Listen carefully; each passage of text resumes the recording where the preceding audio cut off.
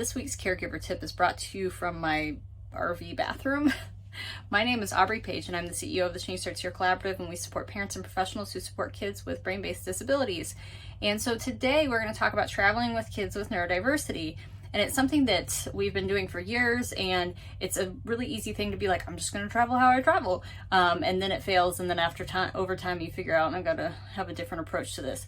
So my number one tip is to color code things, and I'll show you in a minute what that looks like for us. But we have one kid who is red and one kid who is blue. You can get almost every product in one of those two colors.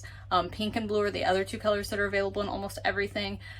So if you can get a color that is for each kid, it'll save you so much time. And then when you look out, you can say, oh, that's so-and-so's thing that's left out, and not, oh, I got them matching whatever, and now I can't tell which is which. So the second thing I'm going to talk about is dirty clothes. So laundry is very difficult when you travel, and for a lot of kids, it's difficult to know where to put your dirty clothes. But with kids with neurodiversity, they may have a hard time like remembering whether or not they even wore that shirt. And so giving them a designated spot to put their dirty clothes can be really helpful, both during the trip and after the trip when you need to do laundry. Here in our RV, we have these hanging laundry bags you can see here. And our plan is to shove everything in there, take it off the hooks, store it somewhere else until we have enough to make a full load if we're on a longer trip. So these are just hooked onto the wall with 3M hooks because you can't go drill into RV walls very easily. Over here I have color-coded towels. I could not get red and blue, but I asked them to pick a variation of that color, and this is what they picked.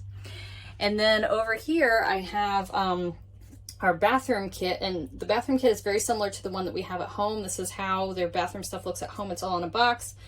And our toothbrushes are even in the similar color, so we can tell whose is whose.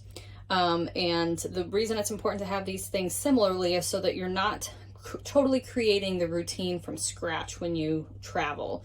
It's very similar. So when we travel out of a suitcase, we have all of this stuff and we keep it in there. We don't take it in and out. That was a hard lesson learned as well, because we would always be missing something.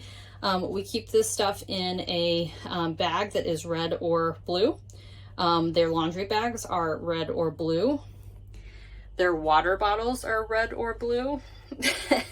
Everything matches so that it's easier for us to tell. We have a hook over here for when you are in the shower and you keep your towel there. And we have two hooks here for when you keep your towels stored long term. Everything has a home, and I think that that's the biggest thing when you're traveling with kids with neurodiversity, is to give them a place to put their stuff, because everyone can get very overwhelmed over time if everything's just kind of all over the place, including your kids. So that is my tip for this week: how to travel with kids with neurodiversity. Yeah, I said that right. Color code it and keep it as similar to home as possible, and then give them homes to put things. That's your tip for this week.